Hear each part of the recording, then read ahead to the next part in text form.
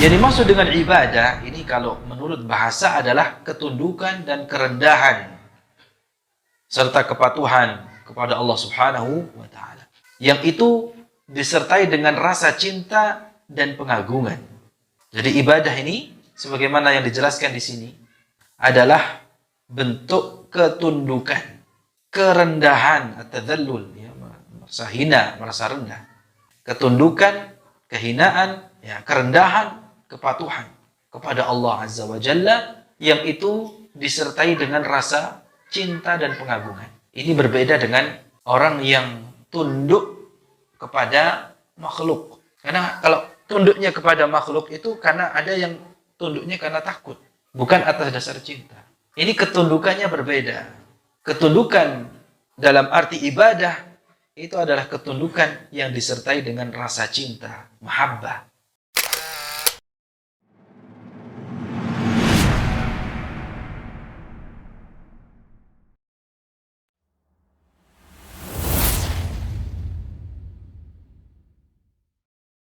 بسم الله الرحمن الرحيم. Ya, semoga kita diberikan oleh Allah Subhanahu wa taala daya tahan di dalam membaca kitabullah Azza wa Jal dan kitab-kitab Islami. Ya, kitab-kitab ilmiah. Baik. Hari ini surat Quraisy, ya. Suratu Quraisy. Ya. Surat apa jemaah? Surat Quraisy. Jadi bukan surat Al-Quraisy. Ya. Banyak yang mengatakan surat Al-Quraisy. Ya. Jadi tidak pakai al. Jadi surat Quraisy. Ya. Jadi Quraisy ini, kata Quraisy tidak bisa dimakrifahkan. Nu'un sarf. Ya, ghair munsarif. Ya. Dan tidak bisa ditanwinkan Quraisyun, Quraisyu, ya, atau mohon maaf, di sini bisa ditanwinkan Quraisyun, ya. Jadi suratu Quraisyin dalam bentuk nakirah, ya, Quraisyin. Jadi bukan Al-Quraisy, bukan Al-Quraisy, ya. Baik. Jadi kata Quraisy bukanlah kata yang ghair munsharif, tapi itu munsharif, ya. Ya, bisa dimasuki al-Quraisy. Tetapi di dalam nama surat ini bukan namanya surat Al-Quraisy gitu, ya. Dia munsharif, ya. Karena bisa ditanwinkan Quraisyun, Quraisyin, ya. Jadi bisa dimasuki al sebenarnya, Al-Quraisy. Ya, tapi di sini nama suratnya bukan surat Al-Quraisy, tapi surat Quraisy. Suratu Quraisy. Kita baca, A'udzu billahi minasy syaithanir rajim. A'udzu billahi minasy syaithanir rajim. Bismillahirrahmanirrahim.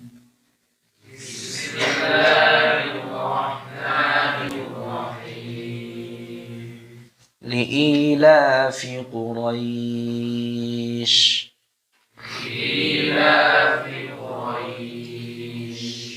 إيلافهم رحلة الشتاء والصيف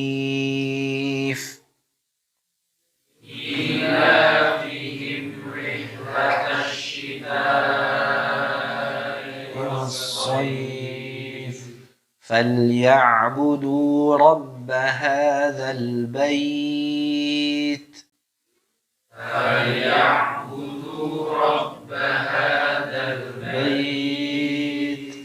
الذي أطعمهم من جوع وآمنهم من خوف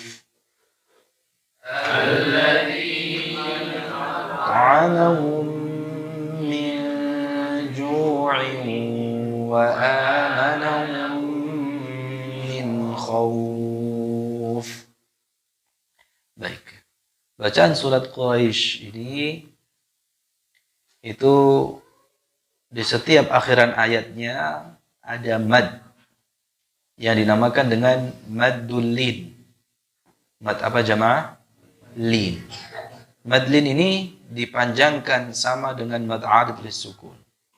Hanya saja bedanya kalau mad arid lis sukun itu ya huruf mad yang bertemu dengan sukun arid yang disebabkan oleh waqaf. Jadi huruf mad itu kalau mad arid lis sukun itu ya huruf madnya didahului oleh sukun arid. Mad lin juga ada sukun arid, namun huruf sebelumnya bukan huruf mad tetapi namanya huruf lin. Jadi seperti kata Quraisy, was-saif, al-bait, khauf. Ini madnya namanya mad apa tadi? Madul lin. Jadi huruf ya sukun dan waw sukunnya itu namanya huruf lin. Ya, huruf apa? Lin. Kenapa dikatakan lin? Kenapa disebut dengan huruf lin? Karena sebelum ya sukun dan waw sukunnya ini fathah. Wal-linu minhal ya wa wawun sukkina in infitahun qabla kullin u'lina. Itu syahidnya. Jadi itulah huruf lin. Huruf lin ada dua, ya sukun dan waw sukun. Ya sukun dan waw sukun. Masing-masing didahului oleh fathah. Ini bedanya antara huruf lin dengan huruf mad. Kalau huruf mad, kalau kita katakan ya mad atau waw mad, maka harakat sebelumnya adalah harakat yang sejenis. Kalau ya sukun, maka harakat sebelumnya kasrah. Itu ya mad. Kalau waw mad, kalau waw sukun, sebelumnya dhammah, itu waw mad. Kalau alif jelas sebelumnya fathah. Jadi di sini untuk ya sukun dan waw sukun yang didahului oleh fathah, ini namanya huruf lin. Ya lin dan waw lin. Nah, mad lin ini hanya ya, terjadi dalam keadaan waqaf saja sebagaimana mad arid lis sukun.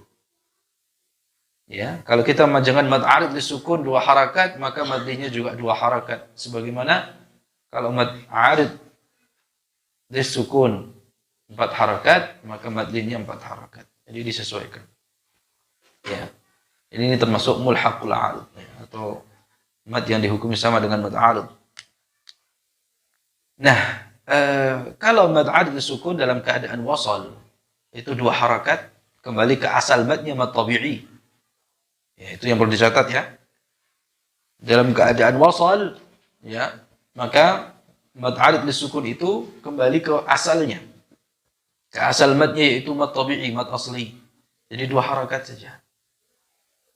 Ya. Alhamdulillahi rabbil alamin arrahmanir rahim maliki yaumiddin. Dalam keadaan wasal, harakatnya, harakat aslinya dibaca. Jadi tidak disukunkan. Alhamdulillahi rabbil alamin arrahmanir rahim maliki yaumiddin. Tidak. Tapi diharakatkan. Begitu cara mewasalkannya. Ya.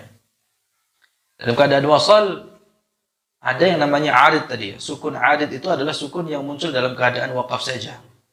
Jadi asalnya berharakat.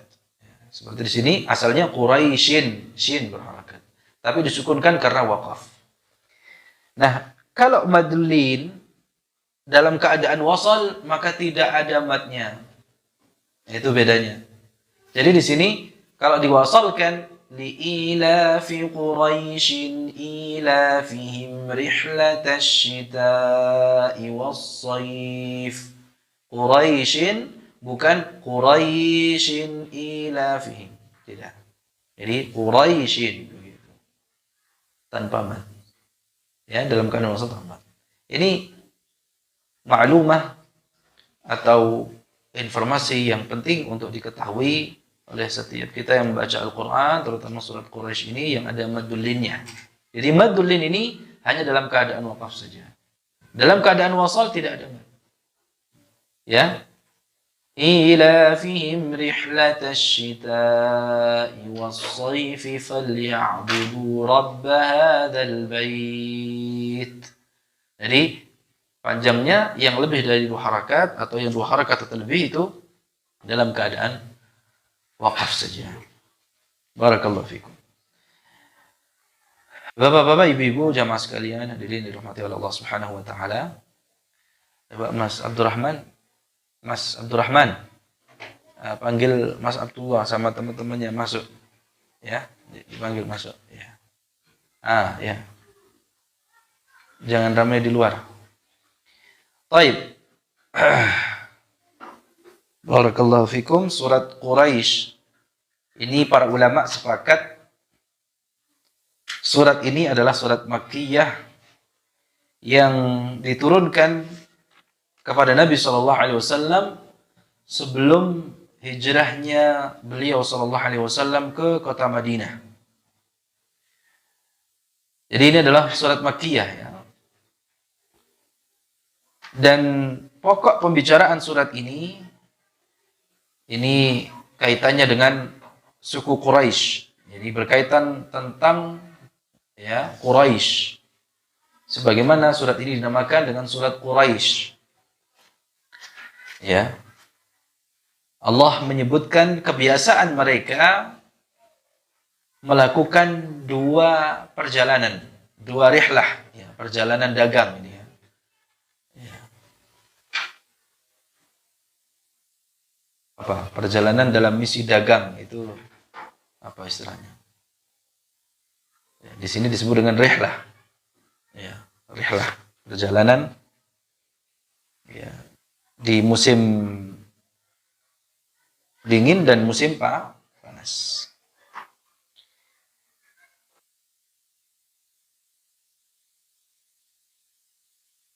Surat Quraisy ini sebagaimana surat-surat Makkiyah lainnya, ya, pendek-pendek tapi mengandung makna yang besar. Ayatnya cuma 4. Ayatnya cuma 4. Temanya yang pertama, al-imtinanu ala Quraisy wa ahli al-haram bi ta'minihim fi safarihim wa maqamihim wa it'amihim. Jadi di surat Quraisy ini disebutkan karunia Allah terhadap Quraisy dan penduduk haram atau tanah suci. Mereka diberikan anugerah oleh Allah Subhanahu wa taala atau karunia keamanan baik di dalam safar mereka maupun di dalam mukim mereka ketika mereka tinggal di dalamnya. Dan mereka dikaruniai juga dengan apa? Makanan. Ya. Diberikan oleh Allah Subhanahu wa taala karunia dalam bentuk apa? Makanan. Selain keamanan, mereka diberikan karunia apa? Makanan. Yang tentu bagi yang sudah pernah ke sana bisa merasakan, ya, bagaimana karunia makanan di tanah suci tersebut. Yang kedua, at-tadhkir bi'idhami ni'matil amn wa 'adamil khauf. Surat ini temanya sebagai peringatan. Ini juga surat ini adalah surat pengingat akan besarnya nikmat keamanan, ya, tanpa ada ketakutan, kekhawatiran, dan nikmat rasa kenyang dan tidak merasakan apa? Lapar. Jadi ini surat ini mengingatkan kita akan besarnya nikmat Allah dalam bentuk keamanan dan kekenyangan, ya, bukan. Nikmat apa? Rasa kenyang. Ya. Itu 2 nikmat yang besar kalau kita mengetahuinya. Jemaah sekalian dirahmati oleh Allah Subhanahu wa taala, terkait dengan surat Quraisy atau Quraisy itu sendiri, tentang Quraisy, dalam sebuah hadis Nabi SAW bersabda, "Innallaha astafa min waladi Ibrahim wa Ismail," atau "Innallaha astafa min waladi Ibrahim wa Ismail." Sesungguhnya Allah memilih dari anak keturunan Ibrahim, Ismail. Ya. Jadi Allah memilih Ismail dari anak keturunan Nabi Ibrahim. Wastafa min waladi Ismail Bani Kinanah. Dan Allah memilih Bani Kinanah dari anak keturunan Ismail. Allah memilih Kinanah dari keturunannya Ismail. Wastafa min Bani Kinanah Quraisyan. Dan Allah memilih Quraisy itu dari anak keturunannya Bani Kinanah. Wastafa min Quraisyin Bani Hashim. Dan Allah memilih Quraisy dari Bani Hashim. Atau Allah memilih Bani Hashim dari Quraisy, gitu ya, dari suku Quraisy. Wastafa min Bani Hashim, wastafani min Bani Hashim, kata Allah, kata Nabi SAW. Dan Allah memilihku dari Bani Hashim. Sesungguhnya Allah memilih Ismail dari anak keturunan Ibrahim. Ya. Dan Allah memilih Kinanah dari anak keturunan Ismail. Allah memilih Bani Hashim dari keturunan Bani Kinanah. Allah memilih Quraisy dari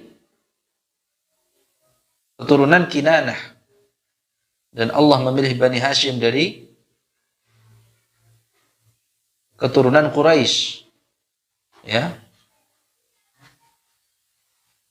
Allah memilih Bani Hashim dari keturunan Quraisy. Dan Allah memilihku, kata Nabi SAW, dari Bani Hashim. Jadi ini menunjukkan hadis yang diriwayatkan oleh Imam Muslim ini, ya, nomor 2276, menunjukkan bahwa Nabi SAW ini berasal dari keturunan yang mulia, yang silsilah nasabnya bersambung sampai kepada Nabi Ibrahim, bapaknya para nabi, Abul Anbiya. Jadi tidak sembarangan.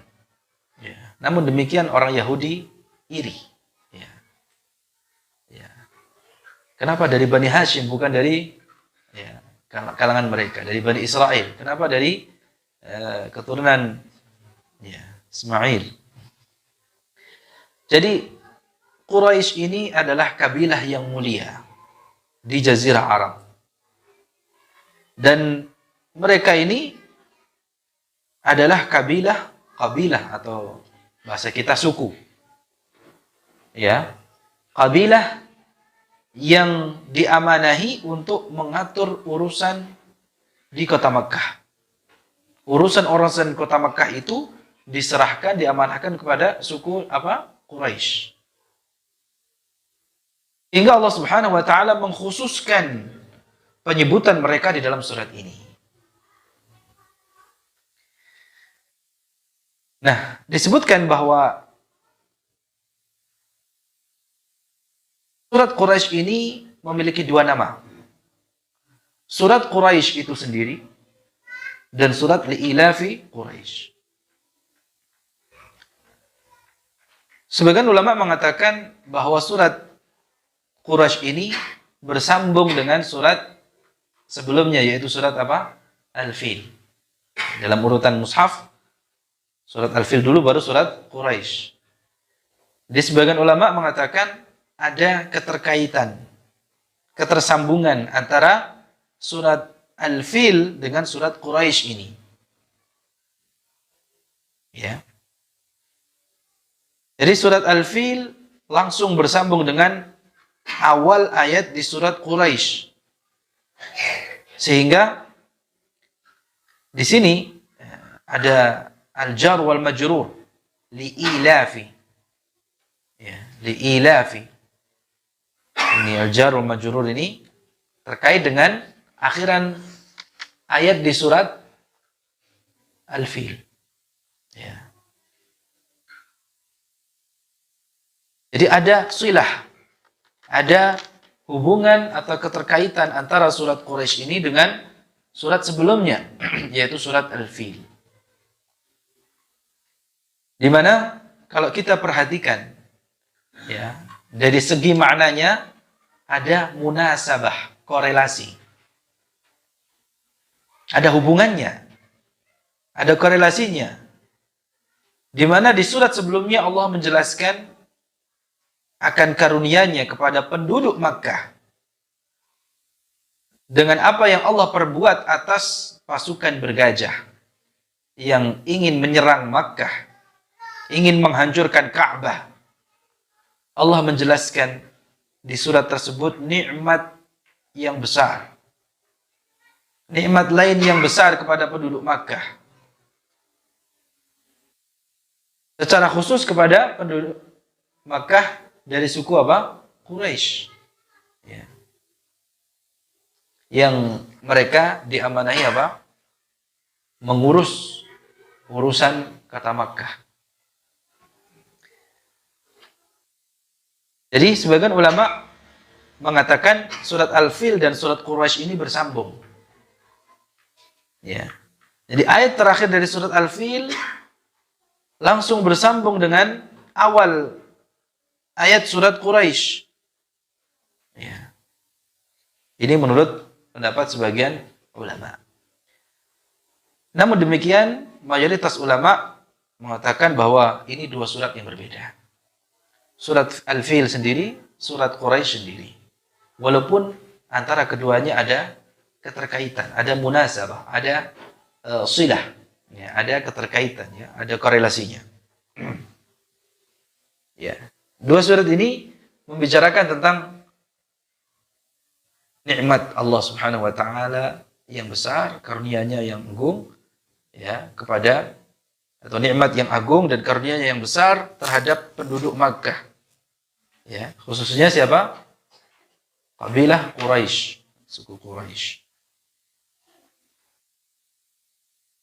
Jadi ini dua surat yang berbeda.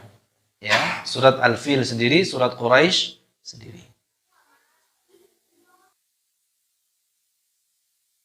Dari mana kita mengetahui bahwa ini dua surat yang berbeda? Ya, sebagaimana yang dapat kita jumpai di mushaf, surat ini dipisah oleh basmalah. Ya, jadi dua surat ini dipisahkan oleh Bismillahirrahmanirrahim, yang ini menunjukkan apa? Surat yang berbeda. Ya, menunjukkan ini adalah surat yang surat lain lagi yang berbeda, ya. Namun demikian, walaupun surat ini terpisah antara satu dengan yang lain, namun kandungan maknanya oleh para ahli tafsir disepakati ada keterkaitan. Ya. Walaupun ini adalah dua surat yang berbeda, terpisah antara keduanya, namun oleh para ahli tafsir dikatakan maknanya itu saling berkaitan. Ya, maknanya antara kedua surat ini itu saling berkaitan. Jadi kandungan maknanya ada kaitannya. Maka bagi yang belum mengikuti tafsir surat Al-Fil, nanti bisa di murajaah gitu ya. Atau bagi yang sudah mempelajari surat Al-Fil di pertemuan sebelumnya dan pertemuan hari ini ada uzur, maka tidak cukup hanya surat Al-Fil, jadi dikaitkan dengan surat Quraisy yang kita kaji sekarang. Jemaah sekalian dirahmati oleh Allah Subhanahu wa taala. Nikmat yang agung, karunia yang besar dari Allah Subhanahu wa taala secara khusus kepada Quraisy, suku Quraisy, yang namanya diabadikan di surat ini, itu mewajibkan untuk disyukuri nikmat tersebut. Nikmat yang Allah berikan, karunia yang Allah berikan itu mewajibkan untuk bersyukur dengan cara ibadah. Jemaah sekalian dirahmati oleh Allah Subhanahu wa taala, jadi di surat Quraisy ini ada pembahasan khusus tentang ibadah nanti, ya. Ibadah dalam bentuk mahabbah wa ta'ziman.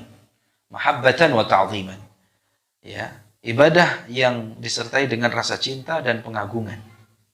Sebagai bentuk rasa syukur kepada Allah Subhanahu wa taala atas nikmat besar, nikmat keamanan dan rasa kenyang.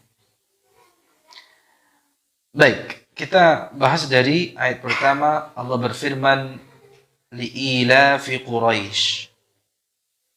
Li'ilafi Quraisy.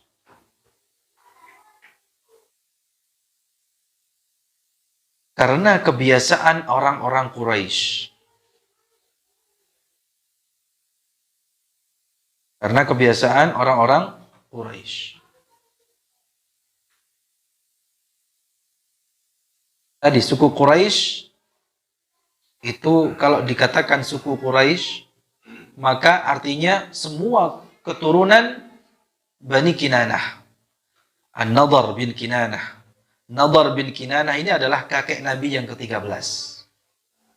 Karena nasab Nabi itu coba bisa dihafalkan. Muhammad bin Abdullah bin Abdul Muttalib bin Hashim ibn Abdul Manaf ibn Qusay ibn Kilab ibn Murrah ibn Ka'ab ibn Lu'ay ibn Ghalib ibn Fihr ibn Malik ibn Nadhr ibn Kinanah. Ya, An-Nadhr Bani Kinanah. Ibn Khuzaimah ibn Mudrikah ibn Ilyas ibn Mudar ibn Nizar ibn Ma'ad ibn Adnan. Jadi Muhammad bin Abdullah bin Abdul Muttalib bin Hashim bin Abdi Manaf bin Qusay bin Kilab bin Murrah bin Ka'ab bin Lu'ay bin Ghalib bin Fihr bin Malik bin Nadhr bin Kinanah. Ya. Nadhr bin Kinanah berarti ini apa? Kakek Nabi yang ke-13. Ya. Ya. Nadhr bin Kinanah, ya, bin Nadhr bin Kinanah bin Khuzaimah bin Mudrikah bin Ilyas bin Mudar bin Nizar bin Ma'ad bin Adnan. Ini jadi Quraisy itu adalah semua anak keturunan siapa? Nadhr bin Kinanah. Dan Nadhr bin Kinanah adalah kakek ke-13 dari Nabi Muhammad SAW. Ada juga berpendapat bahwa Quraisy ini adalah keturunan Fihr bin Malik. Jadi kakek Nabi urutan ke-12. Ya.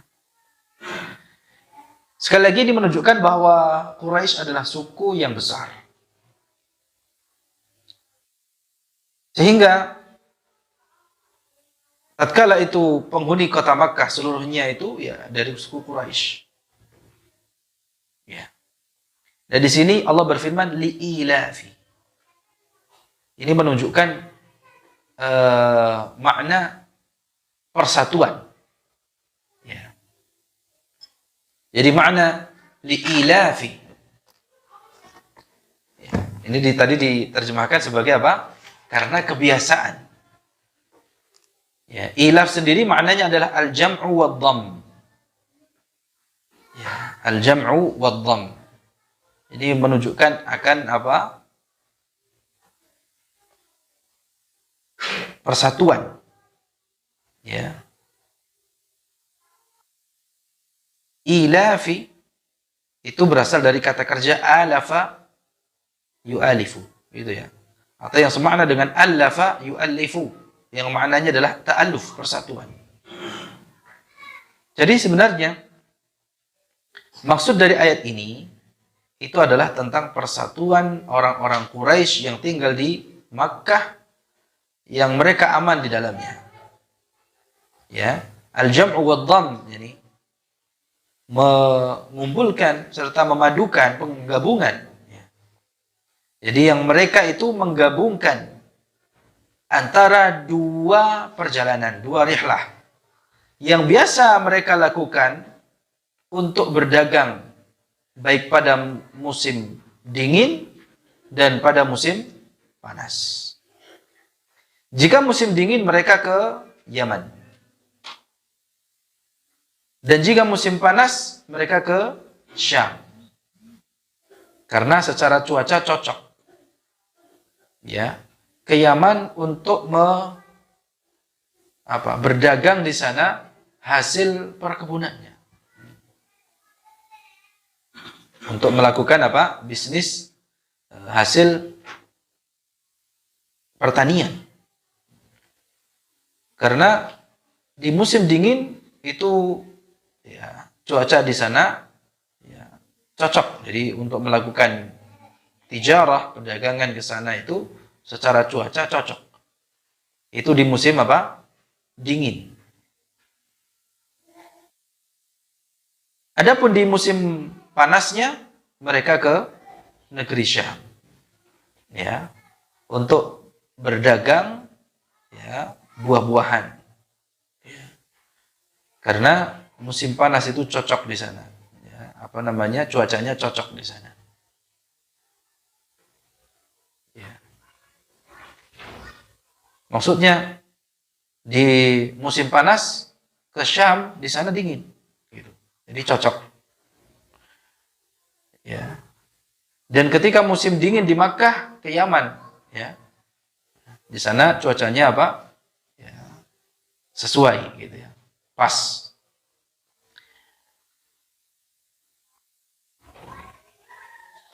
Itu adalah nikmat dari Allah Subhanahu wa taala kepada suku Quraisy ya, dengan dua perjalanan ini.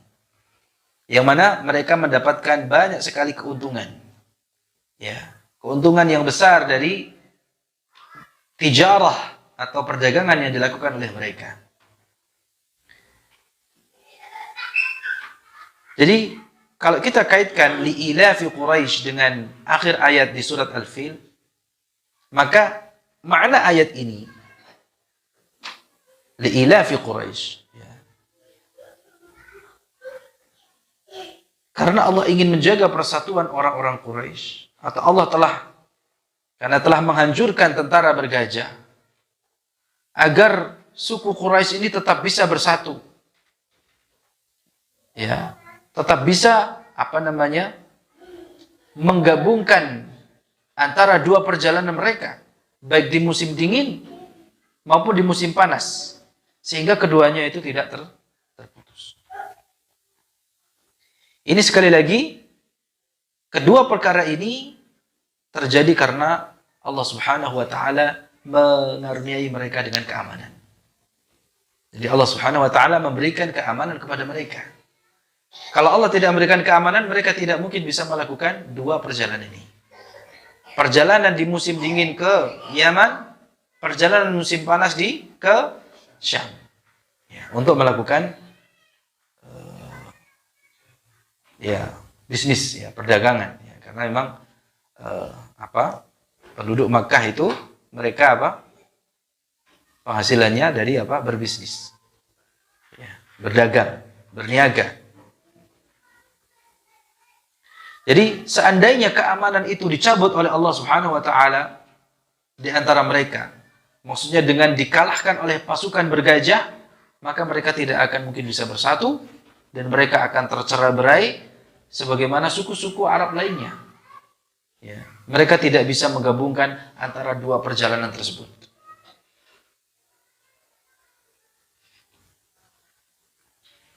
Allah Subhanahu wa taala memerintahkan mereka untuk menyembah Allah, untuk beribadah hanya kepada Allah. Dengan mengatakan falyabudu rabb hadzal bait, nanti di ayatnya. Sebagai bentuk rasa syukur atas nikmat keamanan ini. Jadi nikmat aman, tentram, itulah nikmat yang besar yang dirasakan oleh suku Quraisy. Yang itu menuntut mereka untuk bersyukur dengan cara beribadah. Baik. Kita lanjutkan ayat yang kedua, ilafihim rihlatash syita'i was-shaif. Kebiasaan mereka itu melakukan perjalanan, bepergian pada musim dingin dan musim panas. Ya, tadi sudah dijelaskan, musim dingin kemana? Ke Yaman, musim panas ke Syam. Ya.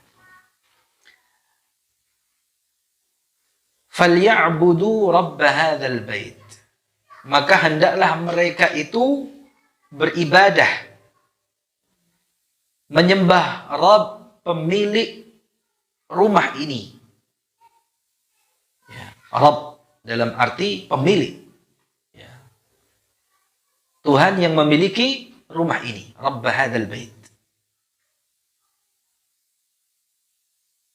syukran lahu ala hadhihi ni'mah, sebagai bentuk rasa syukur atas nikmat yang besar ini. Jadi Allah Subhanahu wa taala telah memberikan berbagai macam kenikmatan. Allah menganugerahi ketenangan, Allah memberi keamanan, dan Allah memberikan kemuliaan, penghormatan kepada suku Quraisy dibandingkan dengan suku-suku lainnya. Maka sudah seharusnya mereka itu menyembah hanya kepada pemilik Ka'bah, yaitu Allah Subhanahu wa taala. Ini maknanya falyabudu rabb hadzal bait. Jadi ibadah di sini itu sebagai bentuk rasa syukur kepada Allah Subhanahu wa taala. Jadi perintah agar hendaknya mereka itu beribadah kepada Allah ini sebagai bentuk rasa syukur kepadanya. Ya. Karunia yang besar terhadap kaum Quraisy dengan Allah binasakan ashabul fil, para penunggang gajah yang ingin menghancurkan Ka'bah, memenangkan kaum Quraisy, lalu memberikan rasa aman kepada mereka, juga memberikan kemaslahatan yang besar untuk mereka. Allah atur perjalanan mereka di musim dingin ke Yaman, di musim panas ke Syam. Itu maksudnya apa? Agar mereka atas nikmat tersebut Allah perintahkan untuk bersyukur dengan beribadah. Ya. Jadi falyabudu rabb hadzal bait. Hendaklah mereka itu menyembah Rabb pemilik rumah ini, yaitu Ka'bah. Hendaklah mereka menyembah Allah semata, memurnikan ibadah hanya untuknya. Di sini Allah menyebut ya Rabb. Dia adalah Rabb Ka'bah. Rabb hadzal bait maksudnya Rabbul Ka'bah. Ini menunjukkan akan kemuliaan rumah Allah. Walaupun Allah bukan hanya Rabb Ka'bah, dia adalah Rabb segala sesuatu. Ya, walahu kullu syai'. Ya.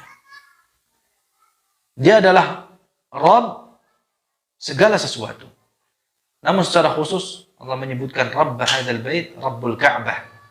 Allah adalah pemilik ya, rumah ini, yaitu Ka'bah. Yang patut untuk disembah, ya. Yang patut untuk diibadahi dengan benar. Ya. Karena memang Allah Subhanahu wa taala memberitahukan kepada kita bahwa dialah yang menciptakan jin dan manusia hanya untuk beribadah kepadanya. Sebagaimana firman-Nya di dalam surat Az-Zariyat ayat 56, "Wa ma khalaqtul jinna wal insa illa liya'budun." Tidaklah aku ciptakan jin dan manusia kecuali atau melainkan supaya mereka itu beribadah hanya kepada aku. Oleh karena itu Allah Subhanahu wa taala ya memberikan ujian. Ujian dalam kehidupan ini ada dua macam. Ya. Ada ujian kenikmatan. Ya. Ada juga ujian lainnya. Ya. Termasuk ujian dalam bentuk perintah ibadah.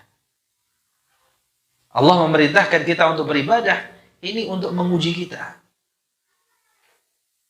Ya. Allah memerintahkan kita untuk melaksanakan perintahnya dan menjauhi larangannya, ini juga bentuk ujian. Jadi, ujian dengan perintah beribadah. Falyabudu rabb hadzal bait.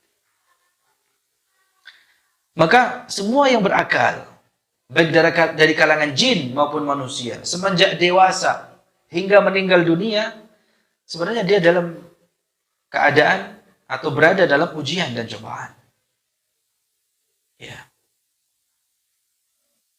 Jadi, kalau kita memahami ini, maka menjadi penting. Ya. Kalau kita memahami bahwa kehidupan kita itu adalah ujian. Ya. Ujian dari Allah Subhanahu wa taala. Ini merupakan ujian dari Allah Subhanahu wa taala.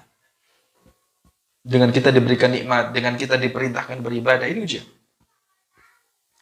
Maka kita harus mengetahui apa itu ibadah.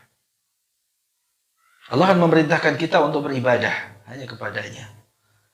Ya. Dan di ayat ini Allah memerintahkan secara khusus kepada kaum Quraisy untuk beribadah kepada Rabb pemilik Ka'bah, yaitu Allah Subhanahu wa taala. Maka kita harus tahu apa makna ibadah beserta dengan cakupannya.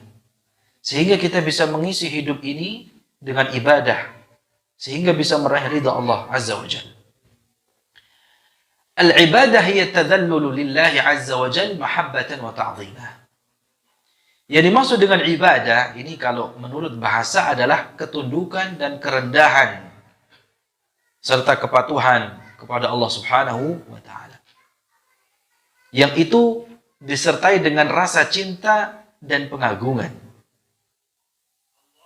Jadi ibadah ini sebagaimana yang dijelaskan di sini ya, adalah bentuk ketundukan, kerendahan, at-tadhallul ya, merasa hina, merasa rendah.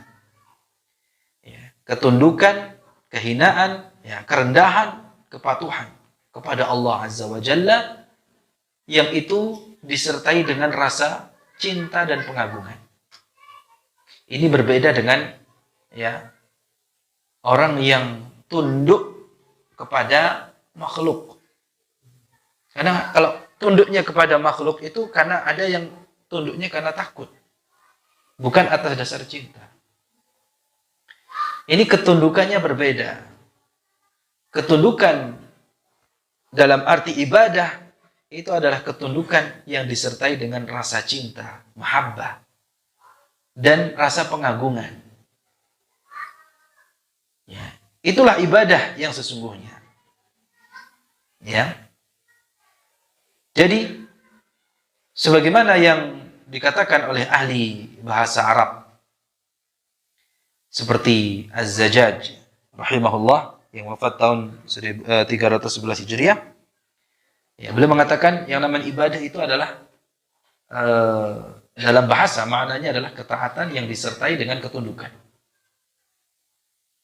Kalau Ar-Raghib Al-Asbahani rahimahullah, seorang ulama yang wafat, seorang ahli bahasa yang wafat tahun 425 Hijriah, mengatakan al-ubudiyah atau ibadah itu adalah menampakkan ketundukan. Ya, al-ubudiyah itu adalah menampakkan ketundukan, sedangkan ibadah lebih tinggi darinya karena ibadah adalah puncaknya ketundukan. Ubudiyah itu adalah apa? Menampakkan ketundukan. Sedangkan ibadah lebih tinggi maknanya dari ubudiyah. Karena ibadah itu adalah puncaknya ketundukan. Itu ibadah. Jadi tatkala seseorang diperintahkan untuk beribadah, artinya secara bahasa, maka seseorang itu menghamba kepada Allah, tunduk kepada Allah sam'an wa ta'atan. Bisam'i wa ta'ah. Ya. Jadi dengan apa? Menaati. Jadi ketundukannya disertai dengan ketaatan. Ya. Yang para ulama, jadi kalau Allah menyampaikan kepadanya perintah, maka seseorang yang menjadi hamba Allah, dia mengatakan sami'na wa ta'ana. Kami mendengar dan kami taat. Kalau Allah menyampaikan berita, kabar kepadanya, maka dia mengatakan apa? Seorang hamba tadi yang beribadah kepada Allah, yang dia ucapkan apa? Sami'na wa amanna. Kami dengar dan kami percaya, kami imani. Ini dalam bentuk apa? Mahabbah wa ta'zim. Kenapa dibutuhkan rasa cinta dan pengagungan? Supaya seorang hamba dalam beribadah itu mampu melaksanakan perintah Allah dan menjauhi larangannya. Dengan rasa cintanya, dia dapat melaksanakan perintahnya. Dan rasa pengagungannya, dia dapat meninggalkan larangan-larangannya. Makanya di dalam beribadah, dibutuhkan rasa cinta dan pengagungan. Supaya apa? Dengan rasa cintanya seseorang bisa melaksanakan perintahnya, dan rasa pengagungannya dengan rasa pengagungannya dia bisa meninggalkan apa? Larangan-larangannya. Ya. Dengan adanya rasa pengagungan dia akan takut dengan Allah yang Maha Agung. Ya. Kalau tidak ada rasa pengagungan, sulit dia meninggalkan perintah Allah, meninggalkan apa? Larangan Allah. Kalau tidak ada rasa cinta kepada Allah, maka seseorang sulit untuk melaksanakan perintahnya. Ya, makanya ibadah di sini ketundukan yang disertai dengan apa? Rasa cinta dan pengagungan, ya, supaya seseorang itu dapat menaati, tunduk patuh, ya, dengan perintah Allah Subhanahu wa taala, ya, menjalankan perintahnya, dan dia dapat menjauhi apa? Larangan-larangannya. Wallahu a'lam. Inilah makna ibadah. Jadi sebenarnya makna ibadah secara istilah ini para ulama menjelaskannya dengan berbagai macam ibarat atau ungkapan-ungkapan yang berbeda, namun pada dasarnya intinya sama. Ya, sebagaimana yang dikatakan oleh Syekhul Islam Ibnu Taimiyah rahimahullah, ibadah itu adalah ismun jami'un likulli ma yuhibbuhu Allah wa yardah min al-aqwali wal a'mali adh-dhahirati wal batinah. Ini biasanya anak-anak kita di pesantren, ya, atau bahkan mungkin di tingkat SD telah mengetahui istilah ini. Telah diajarkan istilah ibadah yang cakupannya itu luas. Tidak sesempit yang dibayangkan orang, ya. Kebanyakan orang memahami ibadah itu dalam cakupan yang sempit. Padahal ibadah itu maknanya cakupannya luas. Sebagaimana yang dikatakan oleh Syekhul Islam di sini, bahwa sesungguhnya ibadah itu apa? Ismun jami'un, suatu istilah yang menghimpun likulli ma yuhibbuhu Allah wa yardah, seluruh apa yang dicintai dan diridhai oleh Allah, minal aqwali wal a'mal, baik itu berupa perkataan maupun perbuatan, adh-dhahirati wal batinah, baik itu perkataan perbuatan yang lahir maupun yang batin, baik itu yang tampak maupun yang tidak tampak. Itulah makna ibadah. Jadi dari penjelasan ini, ibadah itu mencakup seluruh jenis ibadah dalam agama kita. Jadi falyabudu rabb hadzal bait, hendaklah mereka beribadah kepada Rabb pemilik Ka'bah ini, yaitu Allah Subhanahu wa taala, ibadah dalam arti yang sesungguhnya. Maknanya luas, tidak sesempit yang dibayangkan orang. Jadi ibadah dalam agama Islam itu mencakup ibadah mahdah dan ibadah ghairu mahdah. Ibadah dalam bentuk perkataan maupun perbuatan. Perkataan dan perbuatan yang tidak tampak, ya, maupun perkataan dan perbuatan yang tampak. Ya. Semua perkataan, perbuatan yang ditunjukkan oleh nas atau ijma' atau lainnya, ya, maka itu mengandung unsur ibadah, ya, yang itu baik itu ibadah mahdah, ya, berarti semua perkataan atau perbuatan yang ditunjukkan oleh nas atau ijma', ya, yang mewajibkan keikhlasan padanya, tidak boleh ditujukan kepada selain Allah, ya, baik itu dalam bentuk niat, ya, niat yang baik, ya, atau amal soleh, ya, asalkan itu disyariatkan, ini disebut dengan apa? Ibadah mahdah. Jadi ibadah mahdah atau mahdah itu artinya murni, jemaah. Kita katakan ibadah mahdah itu adalah perbuatan atau perkataan yang asalnya memang merupakan ibadah, murni ibadah, ya, yang menunjukkan bahwa perkataan dan perbuatan tersebut tidak boleh dipersembahkan kecuali kepada Allah. Ini namanya ibadah apa? Mahdah. Ya, baik itu ibadah hati, ya, maupun ibadah perkataan, ibadah lisan, maupun ibadah badan, maupun ibadah harta. Ya. Ini masuk cakupannya dalam ibadah mahdhah. Ya. Ibadah hati terbagi menjadi dua. Qaulul qalbi wa amalul qalbi. Dikatakan ibadah hati, maka ada dua. Perkataan dan perbuatan. Perkataan hati itu dinamakan dengan i'tiqad. Ya.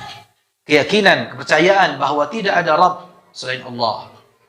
Bahwa tidak ada seorang pun yang berhak diibadahi kecuali Allah. Mempercayai seluruh nama-namanya dan sifat-sifatnya. Mempercayai para malaikatnya, kitab-kitabnya, para rasulnya, hari akhir, takdir baik maupun buruk, dan lainnya. Ini qaulul qalb. Jadi perkataan hati dalam bentuk apa? Kepercayaan. Ada amalul qalb, amalan hati. Ya. Apa amalan hati? Di antaranya adalah ikhlas, al-ikhlas. Kemudian apa? Muhabbatullah, mencintai Allah subhanahu wa ta'ala. Berharap pahalanya. Takut akan siksanya. Tawakal hanya kepadanya. Bersabar, melaksanakan perintahnya dan meninggalkan larangannya. Ini amalul qalb. Tidak kelihatan. Ya. Ikhlas. Mencintai Allah. Mengharapkan pahala. Dan itu semua. Itu adalah apa? Amalan hati. Ya. Kalau ibadah lisan, ya, itu dalam bentuk mengucapkan kalimat tauhid. Membaca Al-Quran. Berzikir kepada Allah dengan membaca tasbih, ya, tahmid, dan lainnya. Termasuk berdakwah, mengajarkan ilmu agama. Ya, ini bentuk ibadah, ya, dalam ibadah lisan. Ya. Ibadah lisan. Ibadah badan, contohnya seperti apa? Salat, bersujud, ya, puasa, haji, tawaf, jihad, ya, belajar ilmu syariat. Ini juga namanya ibadah badan. Ya, dan ibadah harta, sebagaimana yang kita tahu, ada zakat, sedekah, ya, menjadi kurban dan lainnya. Itu ibadah. Ya, itu masuk dalam cakupan ibadah mahdhah. Adapun ibadah yang kedua adalah ibadah ghairu mahdhah. Ya, itu perkataan maupun perbuatan yang asalnya bukan ibadah. Akan tetapi itu berubah menjadi ibadah karena niat. Ya, inilah pentingnya niat. Niat inilah innamal a'malu binniyat yang menjadikan ini adah dan kebiasaan, rutinitas kita yang sebenarnya asalnya itu bukan ibadah bisa menjadi ibadah karena niat. Sebagaimana ibadah kalau tidak dibarengi dengan niat, maka itu bisa menjadi adah. Ya. Seperti sholat kita kalau kita tidak niatkan, ya, hanya sekedar rutinitas, ya itu akan menjadi rutinitas belaka, bukan ibadah lagi, hanya rutinitas. Ya. Maka di sini adanya pembagian ibadah mahdhah dan ghairu mahdhah di sini, supaya di sini ibadah mahdhah ini adalah yang asalnya bukan ibadah, namun karena dengan niatan yang baik, niatan ibadah itu bisa menjadi ibadah. Dan ini juga menunjukkan kepada kita bahwa di dalam melakukan ibadah itu tidak sembarangan. Ya. Jika perbuatan kita atau perkataan kita itu dilakukan dengan niatan yang buruk, itu akan berubah menjadi maksiat. Ya. Dan pelakunya akan berdosa. Jika seseorang melakukan perkataan atau perbuatan, jika seorang melakukan perbuatan atau dia berkata dengan tanpa niatan yang baik, maka perkataan tersebut tetap pada hukum asalnya, yaitu apa? Mubah. Nah, ibadah di sini, ya, karena cakupannya sangat luas, ya, maka di dalam, ya, melaksanakan kewajiban, ya, perkara-perkara yang diwajibkan, maupun mandubat, perkara-perkara yang dianjurkan, yang asalnya tidak masuk ibadah, itu bisa menjadi ibadah, ya, kalau diniatkan dengan mencari ridha Allah Subhanahu wa taala. Ya, contoh bagi seorang anak yang berbakti kepada orang tua.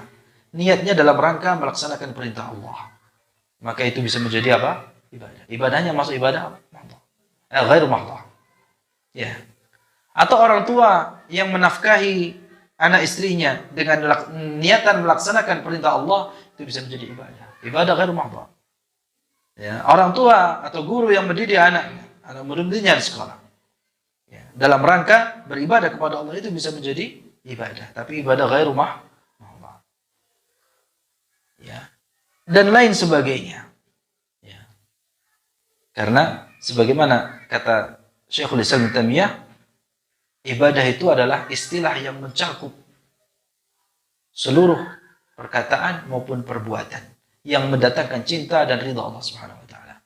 Baik itu perkataan maupun perbuatan yang tampak maupun yang tidak tampak. Demikian makna ibadah ya. Kita berhenti sampai di sini dulu. Ya. Jadi ibadah itu cakupannya sangat luas di dalam melaksanakan kewajiban maupun yang dianjurkan, termasuk di dalam meninggalkan perkara yang dilarang atau muharramat yang diharamkan. Kalau itu dilakukan dalam rangka mencari wajah Allah Subhanahu wa taala, itu juga dalam bentuk ibadah, termasuk dalam hal ini. Ya. Namun ada juga orang yang meninggalkan suatu perbuatan maksiat yang dilarang oleh Allah. Itu disebabkan karena tidak memiliki kemampuan. Ya, karena dia tidak mampu melakukannya, atau karena takut terhadap hukuman semata.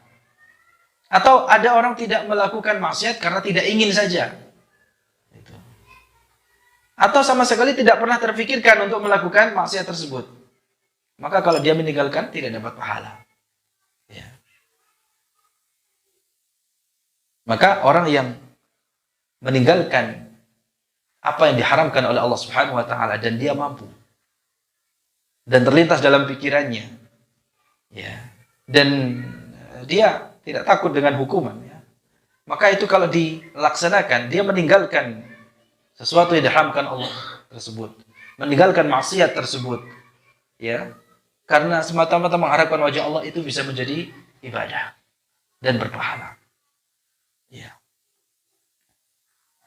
Termasuk di dalam melakukan mubahat, ya, perkara-perkara yang dibolehkan. Itu kalau dilakukan semata-mata mencari wajah Allah, yang mengharapkan ridha Allah Subhanahu wa taala, itu juga bisa menjadi ibadah. Jadi ini semua menunjukkan bahwa ibadah itu mencakup seluruh sisi kehidupan manusia. Semoga Allah Subhanahu wa taala memberikan kemudahan, kemampuan kepada kita semua untuk bisa merealisasikan ubudiyah kita, ibadah kita hanya kepadanya dengan sebaik-baiknya. Qulu qali hadza wa astaghfirullah li wa lakum. Subhanakallahumma bihamdika asyhadu an la ilaha illa anta astaghfiruka wa atubu ilaik.